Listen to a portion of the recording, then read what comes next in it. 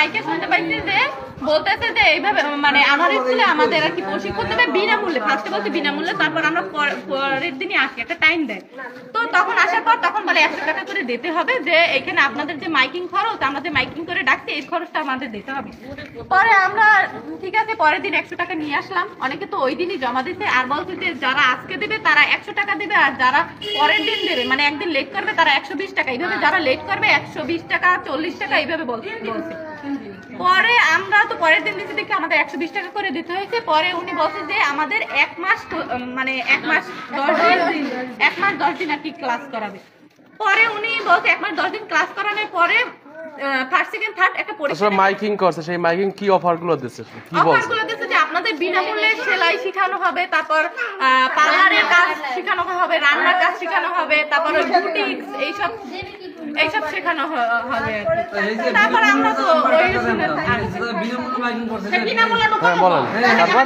কথা বললেন না একটু, এরপর তো আমরা আসছি। তারপর এইভাবে আমি আসার পরে প্রথম 100 টাকা নিতে, পরে 2 দিন ক্লাস না যাইতে যাইতে বলতেছে যে আপনাদের প্রেসার কুকার দেবো, কেসি দেবো, তারপর বুটিক্সের কাপড় দেবো, রং দেবো, এইগুলো দিব, কারণ এইগুলো দিয়ে আপনাদের প্রশিক্ষণ মানে শেখানো হবে, এই রান্নার কাজটা এইগুলো শেখানো হবে।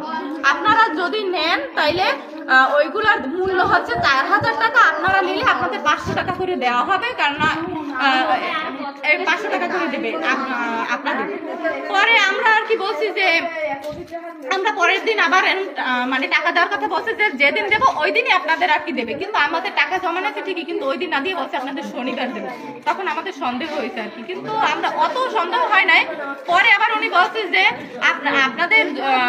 আমরা আপনাদের পরীক্ষা নেব, পরীক্ষায় ফার্স্ট সেকেন্ড থার্ডকে সেলাই মেশিন দেবো। তারপর পরের দিন আমাদের পরীক্ষা হওয়ার কথা 1 মাস 10 দিন পর, সেখানে আমাদের পরীক্ষা নিয়েছে 7 দিনের মাথায়।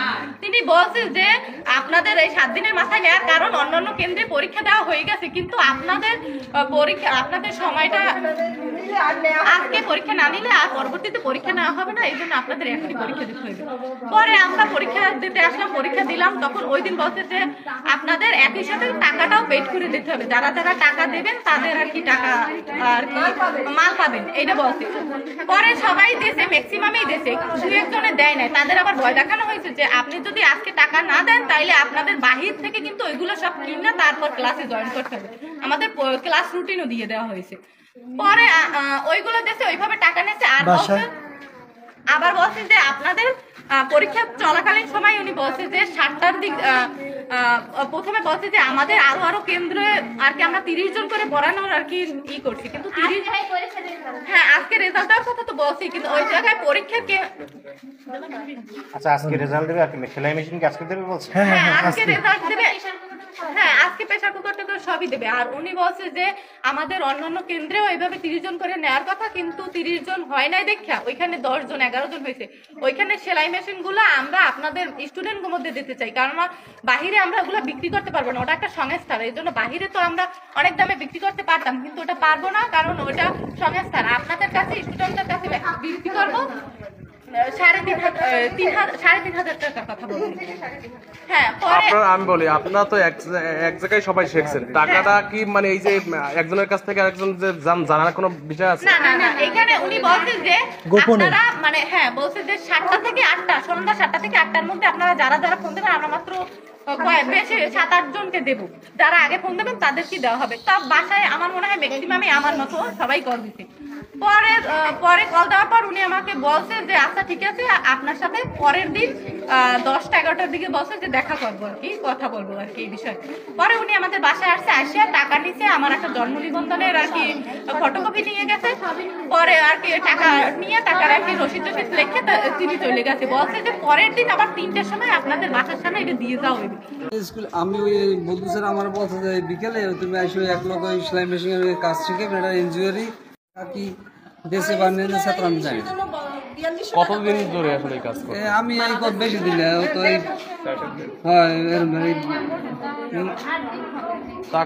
সে আসলে কি পরিচয় হচ্ছে আপনাদের কাছে? সে একজন এনজিওতে কাজ করে। আমি জিজ্ঞেস কোন এনজিওর মাধ্যমে, এবার কইছে যে কাগজপাতি সবই এই স্যারের কাছে দেওয়া হয় আসলে এটা একটি শিক্ষা প্রতিষ্ঠান, সেক্ষেত্রে যে কেউ কি আসলে এরকম ঢুকতে পারে? না। তা তো স্যারের সাথে কথা বলছেন কি কোন স্যারের সাথে কথা বলে? এই বন্ধু স্যারের সাথে কথা বলছে, দেখতে আছে তাদের সাথে তো কথা বলছে। কি তাদের সাথে কথা বললে হয়তো প্রতিষ্ঠানে বর্তমান দায়িত্বে কে আছে? আচ্ছা, এখন দেখতে আছেন কি আসলে কি ঘটলো, শেষ পর্যন্ত কি ঘটলো? এখন তো মানে প্রতারক। এখন ধর্মে কারে এরা আছে, মানে কোন দিকে আছে? আপনার মনে হয়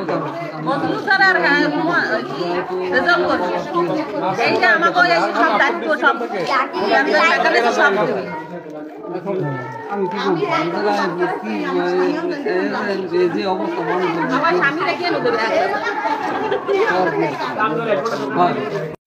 মূলত আসলে আপনাদের সাথে এই যে প্রতারণা করতে কিভাবে কিছু বলেন? আমাদের ফার্স্টে এমনিতে যে ওই যে 500 টাকা করে ভর্তির জন্য 100 টাকা এটা সবাই জানতো, এবং ওই যে মালের জন্য 500 টাকা ওটা সবাই জানতো, কিন্তু ওই যে 2000-3000 টাকা করে নিচে এক একজনের কাছে, ওইটা কারো কাছে বলতেই বারণ করছে। কি বলছে সে আসলে? সে আসলে আমি ফোন দিছিলাম যে আমার মেশিনের জন্য, তো উনি বলছে কি যে আপনাকে পরে আমি ফোন করে জানাবো যে আপনি পরে সকালবেলার 10:30টার দিকে আমাকে ফোন দিয়েছে যে আপনার বাসা কোথায় আর আশেপাশে আর কেউ আছে নাকি। আমি বলছি না, আমার আশেপাশে আর কেউ নাই। তো তখন বলছে যে আচ্ছা আপনি আপনার সাথে দেখা করবো। তখন 12:30 একটা নাগাদ উনি আবার আমাকে ফোন করছে যে আপনার বাসার কাছাকাছি আসছে, আপনি একটু বাসার সামনে বের হয়। তো আসার পরে উনি বলছে কি যে আপনি তো ফার্স্ট সেকেন্ড 2 জন হয়েছে, থার্ড কেউ হয়নি। তো বলছে যে এই করছে থার্ড, বলার পরে বলে কেন থার্ড হবে না, 400 মার্কের কম পাইলে সে থার্ড আর হবে না, 400 মার্কের ভিতরে পাইতে হবে। তখন বলছে যে এখন আপনি টাকা দিবেন এবং ফর্ম যারা আগে ফোন করছে তাদেরই দেওয়া হবে মালটা, মেশিনটা আর কি। তো বলছে যে এই করছে মেশিনটা 2000 টাকা, বা আপনি 2000 টাকার নিচে তো না, এখন আপাতত 2000 টাকা দেন, তো পরের টাকাটা আমি বলছি না এখন ফর্মটা পূরণ করে দেন, কালকে আমি টাকাটা দিব। হ্যাঁ, বলছে যে না, যে আরও তো ফোন করছে তাদের তাইলে অগ্রাধিকার আছে, তো তাদের আমি তার মানে ওখানেও ঘুষ ছিল যে হ্যাঁ আমার কাছে ফার্স্ট সেকেন্ড বাড়াই যাও ঘুষ নেবে, এরকম একটা কথা নাকি? এই কথাটা বলছে। আর বিশেষ করে আমরা এখানে আসছি যে স্কুলের কথা বলছে বিধায় কিন্তু আমরা বিশ্বাস করি। হ্যাঁ, এই আনোয়ার হোসেন স্কুলের কথা যখন মাইকিং করে তো বলছে যে কেএম স্কুল এবং আনোয়ার হোসেন 2 জায়গায় আর কি করবে, ট্রেনিংটা দিবে। তো আমাদের বিশ্বাস অর্জন করার জন্য হয়তো এই কথাটা উনি বলছে। সরকারি প্রতিষ্ঠানে আর ভোটার আইডি কার্ডের ফটোকপি, কালচার যেটা চেয়ারম্যান সার্টিফিকেট, তারপর কারণ নিবন্ধনের, জন্ম নিবন্ধন এরকমের নিচ্ছে আর কি। আরেকজন স্যার, তা কি মনে করেন যে প্রতিষ্ঠানের মানে তাদের গাফলতির কারণে কি এই সমস্যাটা হয়েছে কিনা? অবশ্যই হ্যাঁ, ওই যে ওই ওনারা যে এই আমাকে রেজাল্ট করিম আর ওই বজলু স্যারে যে এই যে একজনের এই প্রশিক্ষণ দেওয়া হয়েছে বা সে আসছে, তারপর তার একটা আইডি কার্ড রাখবে, তার বাড়ি কোথায়, তার ঠিকানা কোথায়, তারপর সে এই জায়গা ভাড়া দেবে। সে ভাড়া 4,000 না 8,000 টাকা শুনছি সে ভাড়া দেছে। তারপর আমরা তো কিছু জানি না, যে আমরা তো বুঝি আমাকে পাথরপাড়া এলাকারই ছেলে প্রশিক্ষণ দিতে আছে, আমরা শিখবো হলে একদিন এত টাকা পরিচালনা করে সে লই যাইবে। আমরা আর বিচার চাই, আর সরকার প্রতিষ্ঠানে যেন এই পারছে আমরা হলে ওই রেজাল্ট করিমের বিচার চাই আর বন্ধু ছাড়ারও বিচার চাই। এই হলো আমার কথা শেষ। যে আনারস স্কুলে আমাদের 30 জন হয় না, ওখানে 3টা মেশিন আমাদের আছে। ওই 3টা মেশিন যদি আপনারা কিনেন তাহলে আপনারা 2000 টাকা করে দিবেন, 2000 টাকা করে একজন দিবেন আমাদের। আমরা বলছি আচ্ছা ঠিক আছে, যেহেতু 8,000 টাকার মেশিন 2000 টাকা পাই আমরা তাও জিজ্ঞেস করছি কেন 2000 টাকা, 8,000 টাকার মেশিন 2000 টাকা কেন দিবেন। উনি বলছেন দেখেন আমরা এটা তো ওই স্কুলের জন্য আসছে, তো আমাদের উপর থেকে আসে, এটা তো সরকারি থেকে আসা, তো আমরা তো এটা আর ফেরত দিতে পারবো না। সেক্ষেত্রে আমরা বিক্রি করে দেবো 2000 টাকা। তো আমরা ভাবছি যে আচ্ছা ঠিক আছে, 8,000 টাকার মেশিন যদি আমরা 2000 টাকা পাই তাহলে আমাদের ভালো হবে। সেই ক্ষেত্রে আমরা সবাই অনেকে 2000 টাকা করে দিচ্ছি।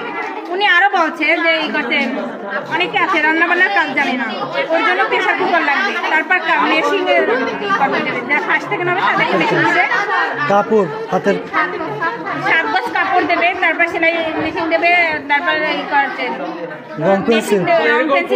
সেক্ষেত্রে আপনার কি চাচ্ছেন কি সেটা বলেন।